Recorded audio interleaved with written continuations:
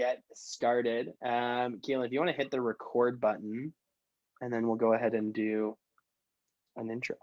We're recording. Sweet. Well, welcome everyone.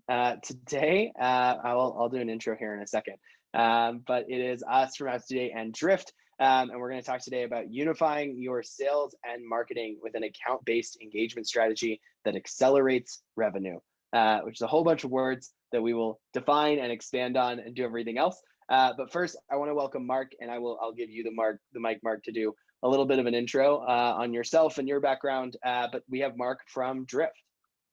Thanks, Connor. Nice to be here with you folks. And we do want to make this conversational, so please have the chat open if you want to ask us questions throughout it.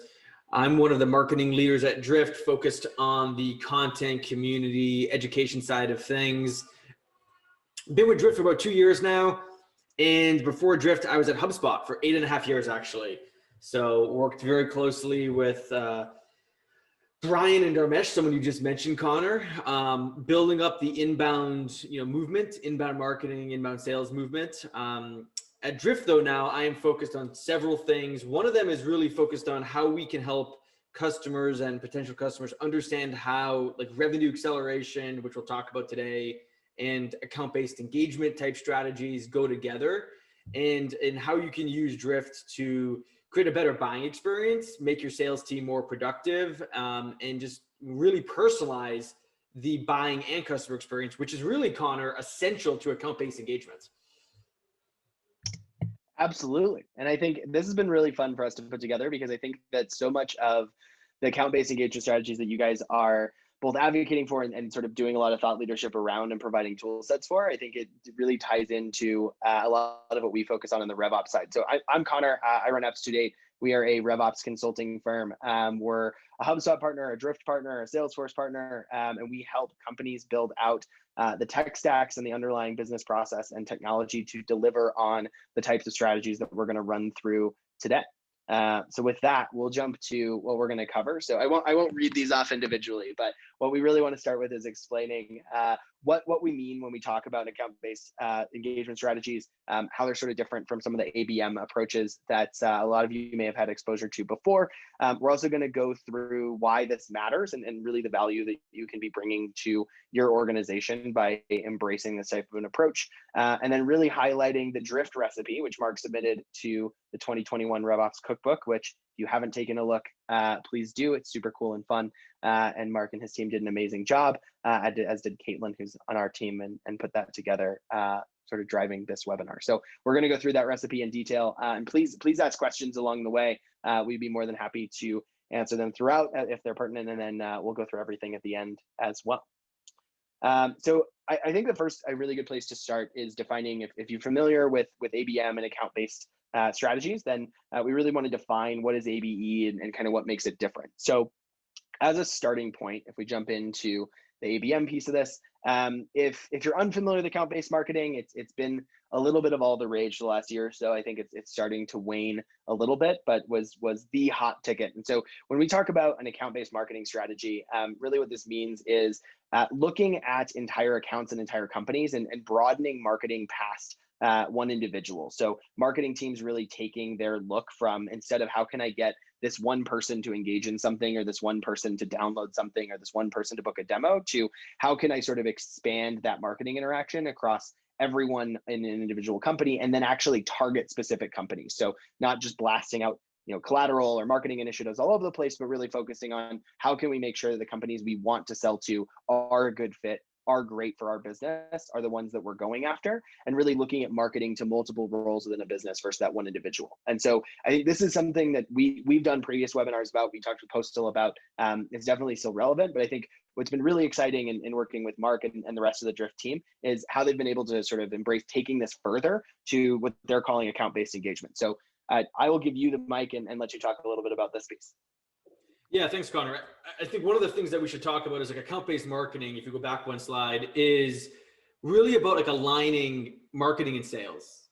And I think account-based, engagement is really about aligning, but then actioning the engagements together, not just across marketing and sales, but also your customer success or service team. And it's exactly what you said, which is still engaging all of the buying, committee or the buying team within account, and then finding other, places in that account where future buyers could exist. But it's also really making sure that we're using the right channels and the right offers, which really looks, to, if you look at bullet point number 2, speaks to that. And you're really trying to do this to help you increase your pipeline, both from a new account acquisition standpoint, but then really about trying to make the account successful and find opportunities for future growth. Because this should not just be account-based marketing, which normally it's a pre-sales thing. It's no, you're putting the customer at the center of the entire customer experience, and you're creating these digital experiences, hopefully soon more in-person real life experiences that speak to individuals within this account that are either current customers or might be future buyers that you need to engage with. So I think, Connor, when you think about account-based engagement, it's really the full life cycle. And one thing that I think we'll get into today is like how important good data is to both account-based marketing and account-based engagement, not just from an account identification standpoint, but again, the way in which you should action that data through the information you have, but also through the things that you see happening when people from these accounts engage with your content, visit your website, open up your emails, watch your videos, engage with your brand. How should your sales team and then customer success team be responding to those points of intent and interactions? And that's another big piece of making a successful account-based engagement strategy that come to life. And I think what we really love about this, and I think the piece that gets, I know our whole team excited, is like, we love the tech piece of this. We love how the systems infrastructure works. What's that business process? How does everything tie together? And what's super fun about, I think, all of the account-based engagement stuff is like, for our team, we get to figure out how to stitch together the CRM data with the marketing automation data, with your web data, to create and surface these experiences. And it really becomes cross-functional, where if marketing is only engaging in something, it can only go so far. And I think looking at that entire customer journey and how your core system stack supports it is really the underlying piece to bring this to life. I agree. If we go to the next slide, we can see that, well, before I explain this in a little bit of detail, Sure.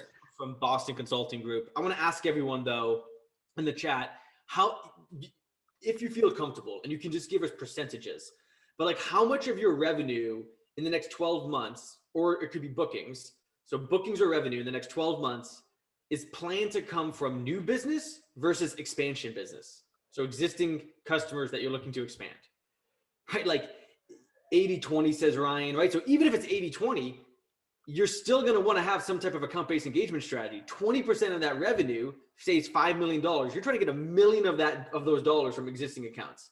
So what you're going to want to start to do is move into this notion of really understanding what accounts that are now customers should become much more important at the strategic level, right? So you're looking at this graphic maybe, and you're saying, all right, well, traditional lead generation was at the bottom, right? It's kind of volume-based, Connor. You kind of go after everyone, right? It's not very targeted. ABM is really in the middle, right? It's ABM/ABE together to some degree, right?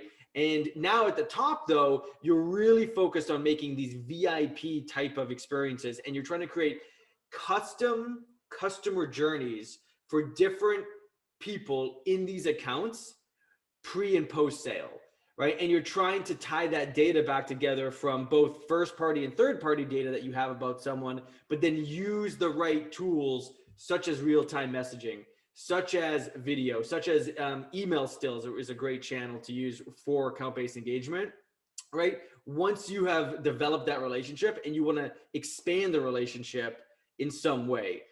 Yeah, like Gina, Connor, 60% new business, 40% existing accounts. I think, Gina, that's amazing.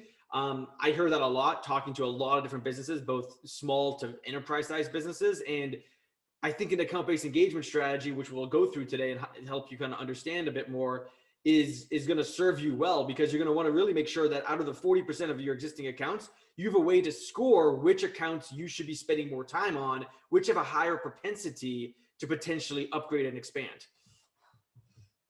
And I think to echo a piece of that as well, one of the things that really comes to mind for us is like, you spend so much time getting those new customers, gaining their trust, getting them into your system, delivering value to them. And then the approach that you take and the amount of investment you make in your sales and marketing machine often doesn't get reflected on some of those strategic accounts and how you actually drive renewals and a new business and additional sales. And that's, to your point, just another piece of that customer journey, and a piece of your customer journey to an audience that is your least expensive to acquire because you already have them, and the impact of those strategies is going to be much higher. And I think we see this across, like, if you look at just basic open rate data versus who you existing have as customers versus who are the people that are prospects in your database, and you'll see those trends, I think, apply across all of the ABE metrics as well, which is people that already are engaged with you and already customers of you, you're going to engage with your content at a much higher rate, which makes the efficacy of the investments you make there just so much higher. Agreed. And one last thing on this slide, if you want to start to kind of grade yourself on how you're doing holistically with ABM / now into ABE, look at the left-hand side of this slide where it says key elements underneath the personalized engagement headline. Look at those 3 bullet points: account identification and prioritization, engagement and personalization strategy, and execution and performance tracking. How are you doing at those things today? And how are you doing at those things from a pre and then post-sale lens? And just do yourself, like, give yourself some grades with your team, an audit, and that can help you understand where you might need to, invest more money and time. Maybe you did a lot on the account identification prioritization, but you haven't spent enough money and time focusing on, say, like number 2, the engagement and personalization strategy. So we've already said it, Connor. It's time to take action, right? Like, it's no longer about aligning. Account-based engagement is acting as one unified customer, revenue team that is going to market together, both from acquiring a new customer, to your point, but then also making those customers super successful, super happy, those surprise and delight moments, and really being able to go in and sell them more value, sell them more solutions, based off of their past success. Great. I think to jump into the piece of this for why this matters. So Mark, your team pulled some of these, but I think the main piece of this is, like, if you invest in this, you will see results. Yep. Yeah. I mean, take a look at these stats. Serious decisions, 15% higher profitability, 19% faster revenue growth when they align marketing, sales, and customer success. So aligning the 3 core revenue generating teams and really using retention and that upsell to accelerate your revenue. Not just getting better on the pre-sale side, which we'll talk about, and there's a ton of opportunity, but really focusing on existing accounts, not focusing on all of your existing accounts, but the ones that are going to have the highest likelihood to be good contenders for additional, feature sets you could sell to them, future solutions, basically.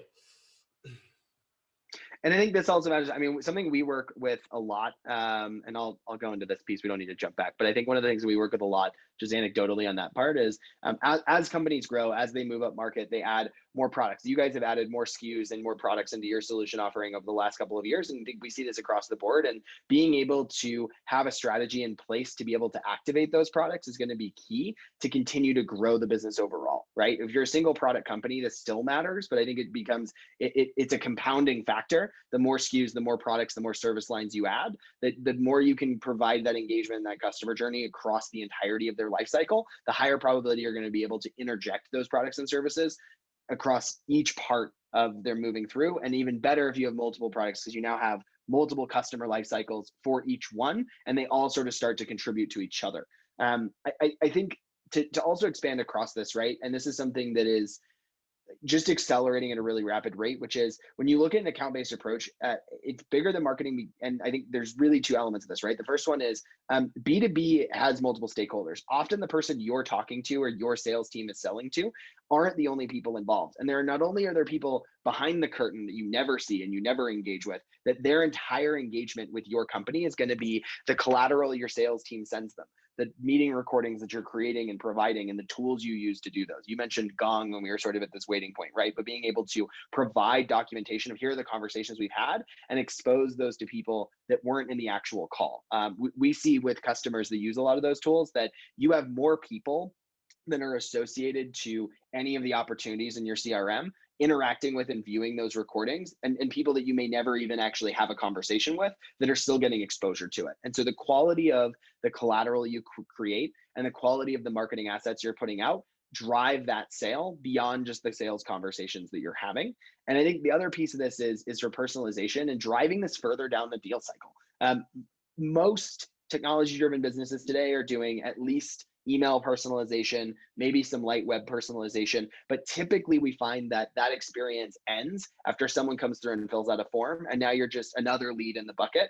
And all of a sudden you go from somebody that marketing has spent a lot of time and energy trying to personalize and engage and have a really one-to-one conversation with, to now you're another lead in the CRM and I'm calling you and I'm asking you about things, and I could be bypassing that entire experience and really tailoring something to you as the customer, as the prospect that's already engaged with our brand. You've already given us information, you've already given us data, and there's tons of stuff you can already find out. I think there's nothing more frustrating than being in a buying experience, and I encounter this, as I'm sure you do all of the time. You're talking to an SDR, you're talking to marketing, you get on the phone with sales, and it's like, man, all these things that you're trying to talk to me about, you not only do already people at your company know, but they're publicly available and you should be able to be enriching them in your system. And we should not be having a conversation around what it is we do or how many people we have or what our tech stack is, because all of those are things that you could already know.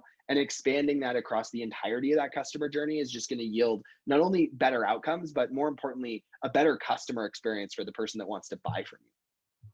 Yeah. I'll give you some real examples. We can go to the next slide. So, one thing you got to do is you got to first define your ideal customer profile. So like we've done that at Drift, right? And you can use, a lot of firmographic, maybe technographic information to do that. And then you have to, within that ICP, you have to define those accounts that you really want to go after. And, with an ABM strategy, you have, the broad account list, and then you have, reps, named to those accounts typically.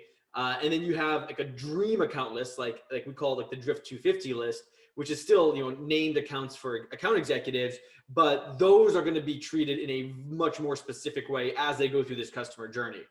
So that's what we've done at Drift. The thing that we've also done at Drift, though, to take now this to the account-based engagement standpoint, is we've reinvented our website thanks to conversational marketing and conversational sales, so that the website is not built for marketing anymore. It's built for the buyer, and it's built for the seller. Because a lot of the times people hear like, oh, you got to personalize this, you got to personalize that. Personalization in a lot of ways is about the marketer giving the salesperson or the account manager, which is more post-sale, the information they need to act on someone's interest with your business, with your product. So here's an example. So we ungate all of our content at Drift. We do that for many reasons. But one of the things that we do is we score which content is more likely to help turn a visitor into a customer. And we do the same thing for our customers. We're getting better at understanding which content leads to customers that are going to be more successful long-term. So on the pre-sale side, when someone comes to the page, it's actually a digital book that we have. It's free, called The MQL is Dead. So you see MQL on this slide. We actually think it's dead. What we do is we say, hey, salesperson, you have one of your accounts visiting that page. And marketing is going to be able to first personalize that visit to that page based off of who owns that account and how many times they've been back to the website and which stage of the journey they're in.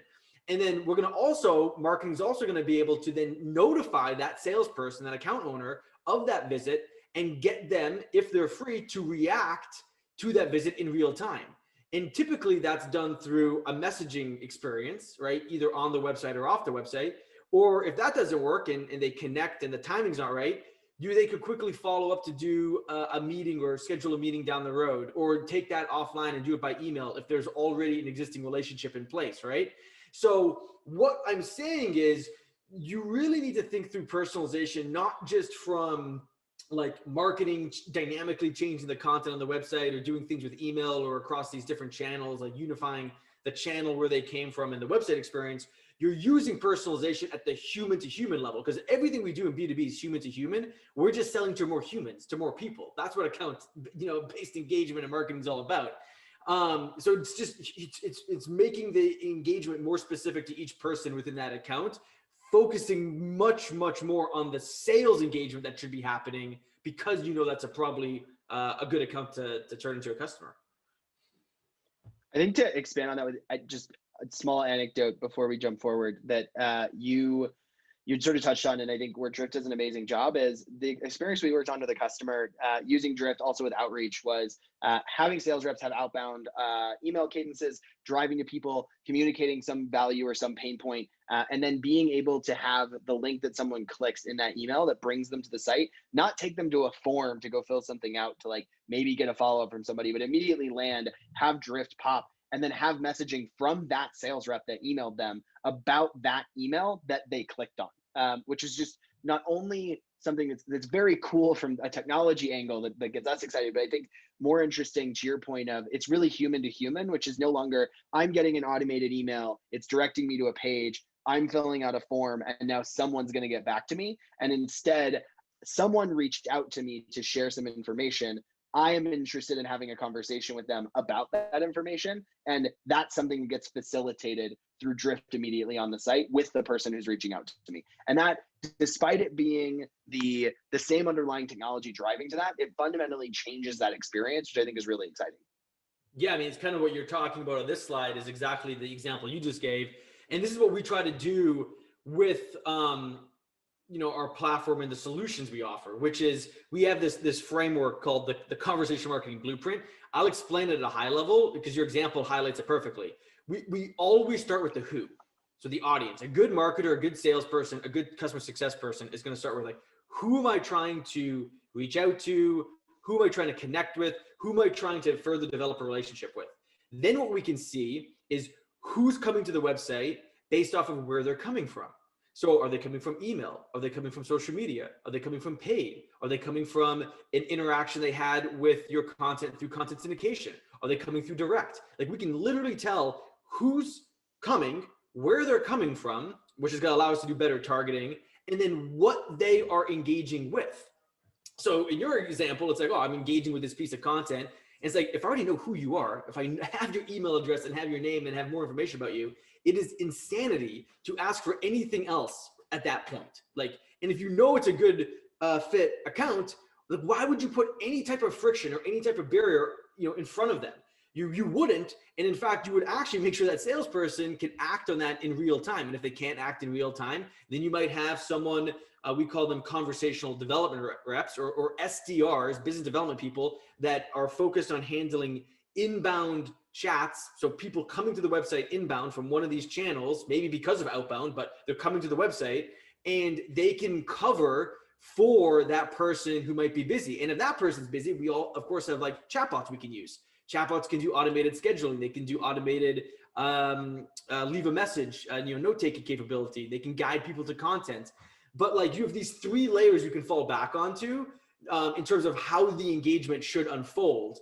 Is it a human to human engagement, a human to chatbot engagement, or is it just purely just the buyer, the customer reading something on their own at that moment, and then someone's going to follow up with them next day because they see in their account list, hey, this account came to my website and they showed high level of engagement. I should follow up with them. I should reach out to them. And that's what a good account-based engagement strategy does. That's what, Connor, our account managers do. So we do this on the post-sale side with account managers. They have their accounts. Some of them are more strategic and important than others. And they're literally seeing which of these accounts are coming to the website, what Drift Insider content are they consuming? Are they consuming our certifications? Are they consuming training videos? Are they going to our knowledge base? And they can see all of the people from that account doing that over a certain time period, and then they can respond accordingly. Something that I think is interesting that you touched on, and a trend that we're seeing just at a broader scale is if you're already investing in a lot of the marketing or the sales technology tools to do this, you can extend that back into the rest of the business with relative ease.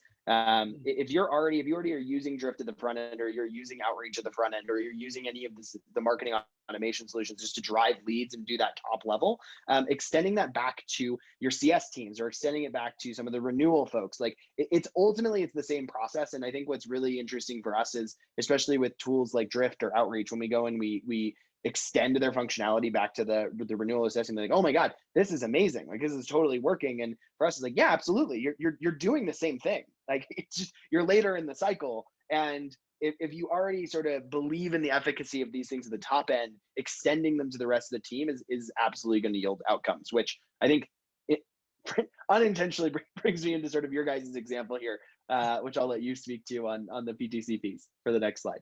Yeah, we've talked about a few examples, a few workflows / use cases, if you want to call it that. PTC, right? Big enterprise business, amazing business. Got to give a shout out to the team at PTC. Yeah, I mean, they've just done a mega transformation in terms of their digital engagement across their website, across their channels. Mariana, who's the SVP over there of marketing, she's done just amazing things with the customer experience in her team. So her challenge was to be more intelligent, use better data, use better, more personalized automation to help marketing contribute more to the bottom line, like really contribute not just to like lead creation and of course pipeline, but like contribute all the way down to revenue. And that's what account-based engagement, in my opinion, is all about. Like, you're focused on the revenue number. And then of course you're focused on pipeline, but you're not focused on like the MQL or the lead. Like, you're focused on driving real business impact. So what they did is they used 3 technologies that we'll talk about in a moment, and deployed this solution across these 3 technologies to create an end-to-end buying journey. And it was 6 cents for the account identification and intent data. It was Drift for the engagement, and there was People AI to prioritize, follow up and make the follow up more personalized.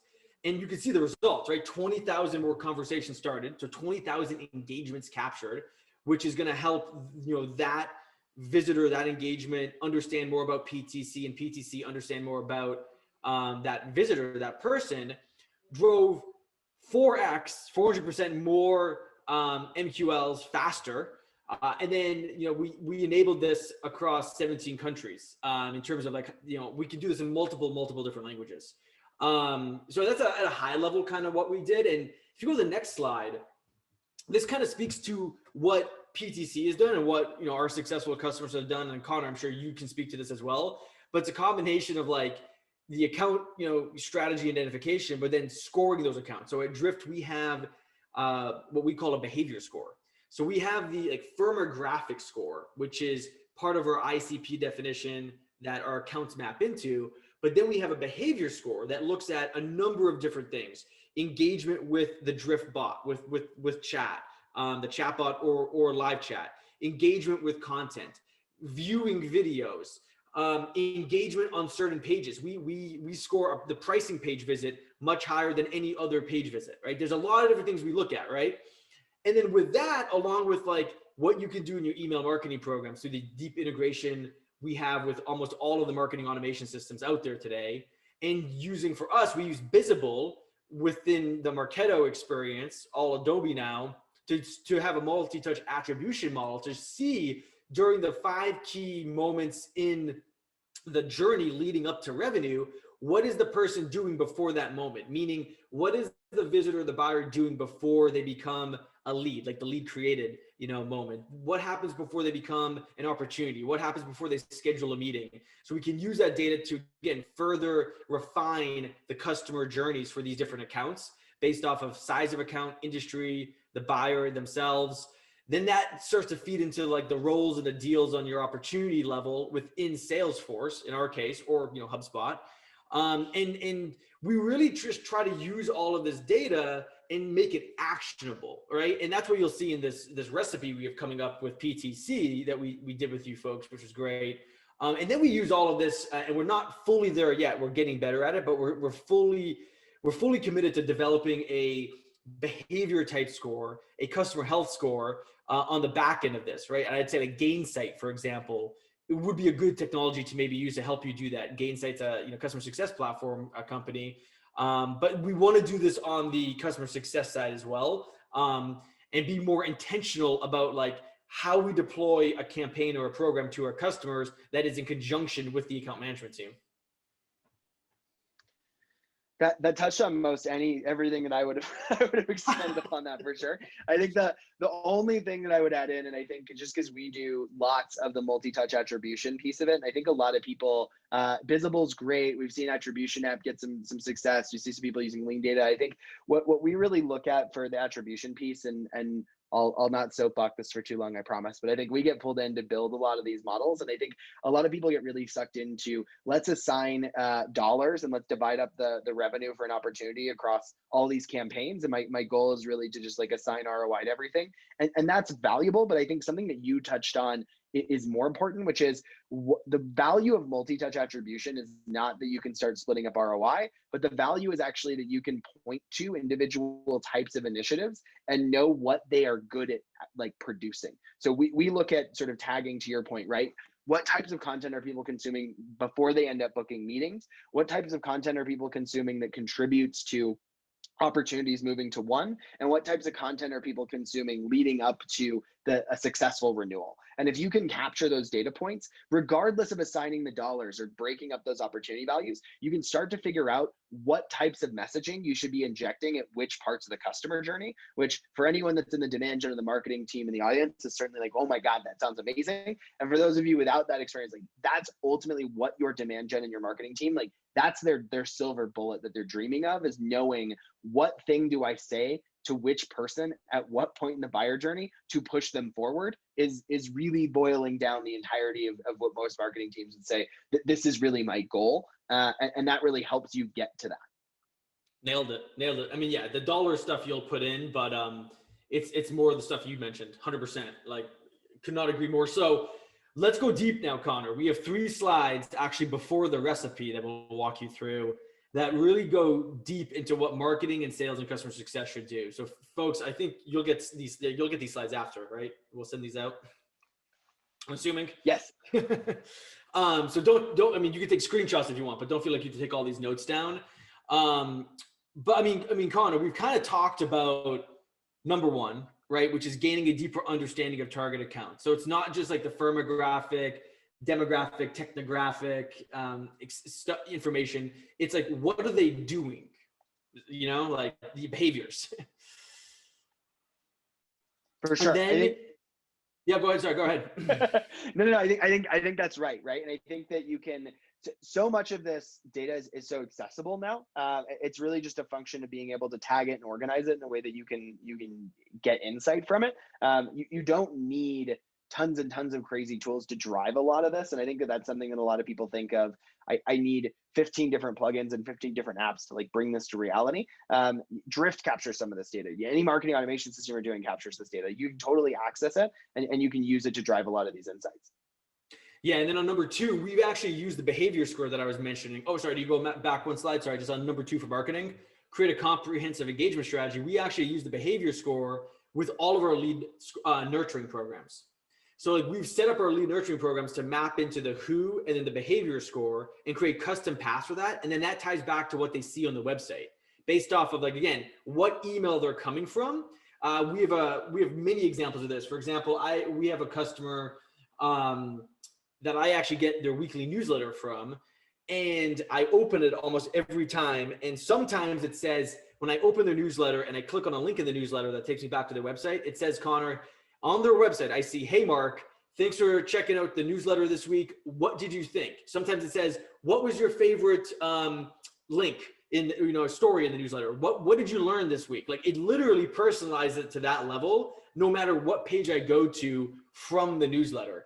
So yeah, it's really thinking through how you can, take the channels that you're trying to get more ROI from. You're spending a lot of money on paid, or maybe you're spending a lot of time on email and it's effective. But if you can get 1 or 2 more points of conversion out of it or leverage out of it, it's going to do a lot to your pipeline and revenue number.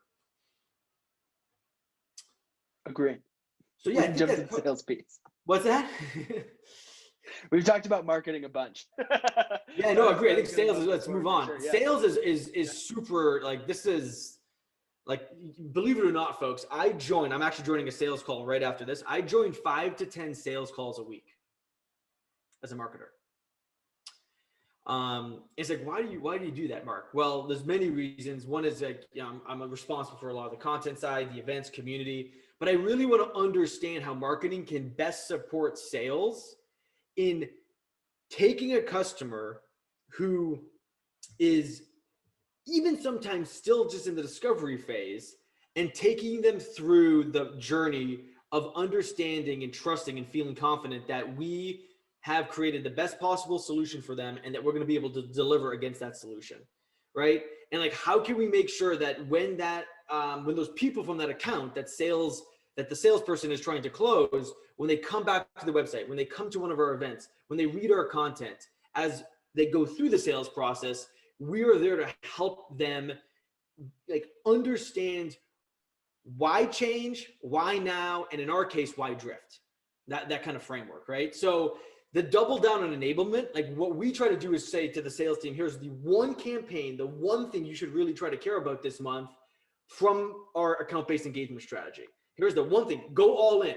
Here's we just released the state of conversational sales report, Connor. We're saying this month, focus on that, update your sequences. There's a ton of great data in it. Update your prospecting stuff and outreach, update it from an SDR standpoint and an AE standpoint, and use this with accounts that are maybe, I would say they're still trying to evaluate the investment. They haven't like fully gone onto the justification period yet, but they're like trying to evaluate it and use this amazing data to help you help them understand why, in this case, conversational sales is going to help them accelerate their revenue, for example. And that goes to number 3, which is like, we are working with sales to help them get closer to the buyer and the things they care about. Because at the front end of this thing I was saying, I'm listening, my team is listening to what buyers care about the most. And we're creating content, we're creating programs with the demand gen team at Drift that feed right into the sales team's hands. Something I love about this slide, it's getting better overall, I'd say. But it's one of the things that we see very often what I love here is the shared goals and campaigns. What some of the least effective, I would say most ineffective, but the least effective sort of teams that we end up working with very often are like, marketing has a goal over here, sales has a goal over here, and there's a lot of infighting of like what counts for who and who gets credit. And you end up building and making investments in your tech stack, in your strategies, and like, instead of figuring out what campaigns can I do that will make sales more successful, it's how can I touch every lead in the system so that I get credit for it. And I think incentives matter, and when you can align your sales and marketing team together to be working towards a shared goal, you're just going to get far better outcomes. And marketing stops being a function of like, oh well, sales didn't generate that lead, I generated that lead, and sales isn't saying, oh, it didn't come from marketing. And instead, it's everyone saying, how can we collaborate together to build a customer experience that's going to help us meet our mutual goals? And I think that that's something that is so important, and making the wrong decision in that arena can push you so far in the wrong direction that a lot of these strategies become just far more difficult to embrace because of adding complexity to manage something that ultimately doesn't matter because you're trying to get to the same place.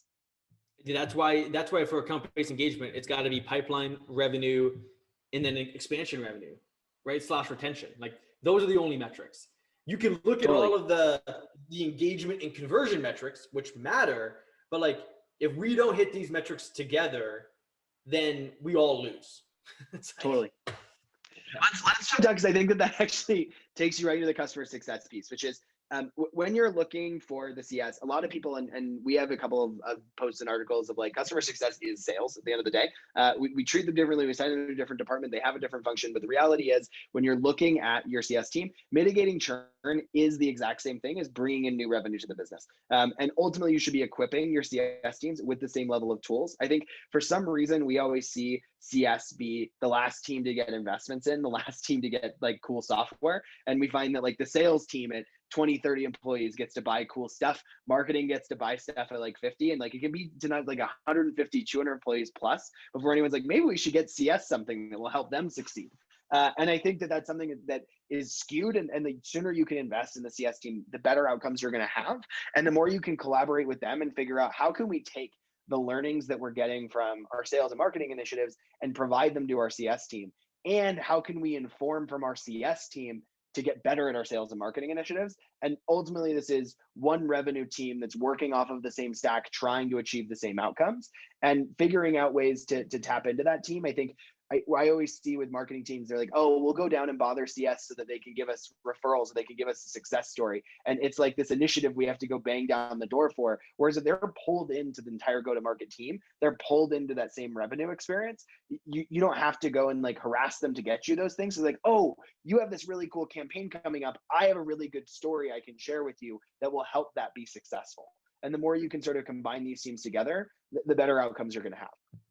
Yeah, one thing that's been on the rise for a long time, and now it has to be front and center because of what has happened the last 12 months, which is customer marketing, customer lifecycle investment. So I'm 100% Gina, not trying to put you on the spot. So if you don't want to answer this, that's fine. I would just encourage you to think about it. How much investment have you put on the marketing side, if you're in marketing, for customer lifecycle and customer marketing and programs, given that 40% of your revenue is going to come from existing accounts? You know, it's like, it's really an important thing to think about. You know, and I think we're still trying to figure that out at Drift, to figure out the right balance, right? I mean, because if you look at our marketing program budget spend and then headcount, does that map up to your existing account revenue? I know it's not exactly the same, because it's always going to cost more money typically to acquire a new customer than service and upsell an existing customer.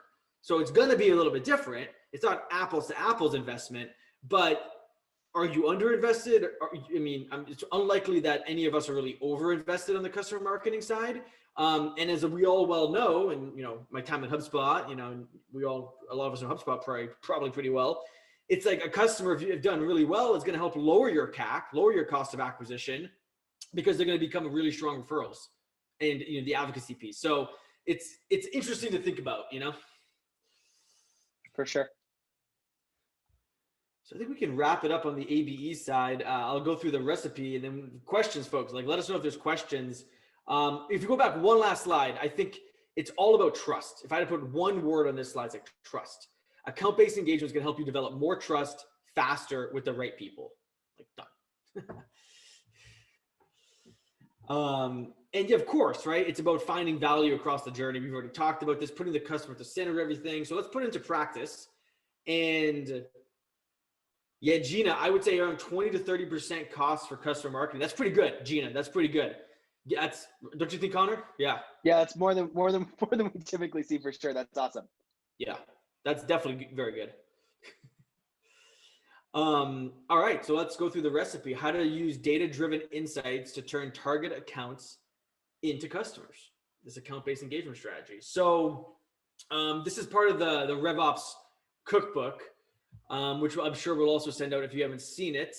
And again, this is going back to PTC. PTC decided to use these three technologies, Drift, 6sense, and People.ai, to really help them create a more personalized buying experience for the people in these accounts that they were trying to first identify and then engage deeper into, and then make sure that once they do engage with them, they can really make the buying portion of this, the sales cycle, the sales experience, as personal to each person at that account. So let's go through each slide and show you what they did. So first, what they did was they used 6sense. And Connor, do you guys, 6sense, do you folks do much with them? Like, 6sense is a an account-based marketing platform. They're also, intent data, like, yep. 6sense. Yeah, we see a lot with 6sense. People are 6sense. People look at like Bombora, like different intent-based platforms. I think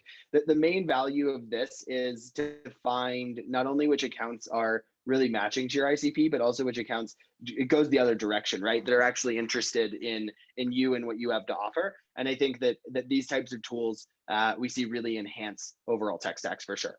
It's exact. I love that. Thank you for saying that, because that's exactly what PTC did. It's using your own data and your own understanding of what a good account would look like for you, but then taking all of these signals that are happening, I call them like digital fingerprints or footprints across all of these different other, digital properties, and using that to help PTC understand other accounts that might be not only good fits, but Connor, like they might be really in an active buying process that you just don't know about. So that's step one. Step two, once these people are known and identified, you're getting them, hopefully you're trying to get them back to the website. You're trying to engage with them in some way to get them to your website, to get them to your storefront, using Drift to greet them in the most personalized way and route them and connect them with the right salesperson immediately. So this is just an example of, here's something that the visitor would see. This account, White Whale, Emily, at a B2B SaaS company. We work with, companies like that. Oh, can you guys still hear me? I can still hear you. You're dropping out a little bit, but if you cut video, we should be able to make it work. Yeah, I'm gonna cut video. Sorry. Something I think it's all good. We're all working with at-home internet connections these days, and they can be a little iffy. I think something I love about this that you sort of touched on here is that something that happens in almost every buying cycle, right, is people ask for, if you worked with companies like us, do you have case studies? And those don't get introduced until like at or after the proposal stage, and using this type of a tech stack lets you get that way ahead of the conversation. So it's not I think Drift is cool, and now you're trying to convince other people in the organization. They're like, well, do they even work with any B2B SaaS companies? It's like, hey, I think Drift is really cool. They've done a bunch of other stuff with B2B SaaS companies like us. We should really be interacting with them. Yeah, it's tailoring the value proposition in this message that's specific to the person and the account. Love it. And then you can see the notification that happens, right? And then on this next step, it's like, hey, let's help them book a meeting with the right person at your business immediately. And Connor, I think this is personalization. Some people might not think it's personalization, but like this is personalizing the buying experience and making it more real time. What do you think? I think it makes it easy. Like the thing that I think is just like so valuable about this is that it does two things. One, it makes it just easy for your customer to work with you, which is like ultimately the end goal here, right? It's like, how can we make it as easy as possible to buy stuff from us? It's the end of the day, like what marketing is trying to do. And I think that the part of this I also love is that it fundamentally elevates the role of the SDR, right? Like instead of the SDR being somebody who's like, cool, I'm going to man chat, I'm going to respond to this person, like so much of that can be managed by a bot, and being able to put an SDR in a position of, I'm focusing on building that target account list, I'm focusing on tailoring messaging, I'm focusing on sending the right content to the right individual, versus being in a position where I'm just here to man this chat. And I think that will allow you to A, get better people in, B, have just overall better customer experiences, and be able to have SDRs really driving strategy instead of just doing things that you can largely automate. And we're seeing, there's now full apps that are solely in this space. Like we see like Chili Piper or other booking solutions that like all they do is give you a booking link, and the value that adds is immense. And I think I always joke, because we use Calendly really intensive internally on our services org, and I always joke of like, I pay Calendly I think like $10 a month per consultant on our team. And if Calendly came to me tomorrow and said, it's $100 a month now, we'd be like, man, that is a lot more, but it adds a lot of value. I think that these pieces are so valuable because it's just about making it easier for someone to work with you. 100%. Sixth Sense is going to help you with the who. Drift is going to help you activate the who through engagement, and it's going to help. Drift is going to help you understand who's coming to the website, where they're coming from, and what they're engaging with. Love it. And then we talked about like the buying committee with Drift as well. What PTC did is they understood not only the accounts coming to the website, but who from those accounts, how many people from those accounts are coming to the website, where they're coming from, and what they're engaging with, Connor. Like how deep are they researching the solution? How are they looking at pricing? Are they on the website multiple times this past week? That's really different than just coming to the website and visiting once. We all know that, but like then it allows them to act on that information and be able to prioritize reaching out to those accounts and really tailoring that outreach, which gets us in the next step, I believe, which is the 6 Sense and People.ai, acting on these insights so that you can find a really fast path to revenue. So between 6 Sense intent-based scoring and then People.ai's predictive deal health, looking at like the deal itself, hey, we can tell you that this deal is more likely to close and be healthy because we know of intent scores of things that are happening off the website using 6 Sense. Love it. I think that's your recipe. I would love to open it up for any other questions for anybody. I think we handled some in flight as well. But if anyone has anything new to sort of ask on this, how to get started, questions on Drift or functionality or tooling, we would be more than happy to address those as well. Yeah, please.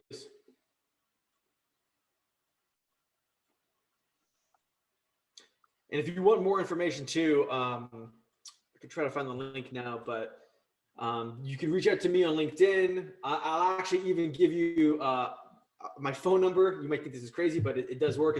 It's 978-226-6965. You can text me and I will get back to you as fast as I can. No exaggeration. So that's something new too, Connor. I am terrible about responding to text messages, but if you email me, I will always get back to you because I am always attached to my email account.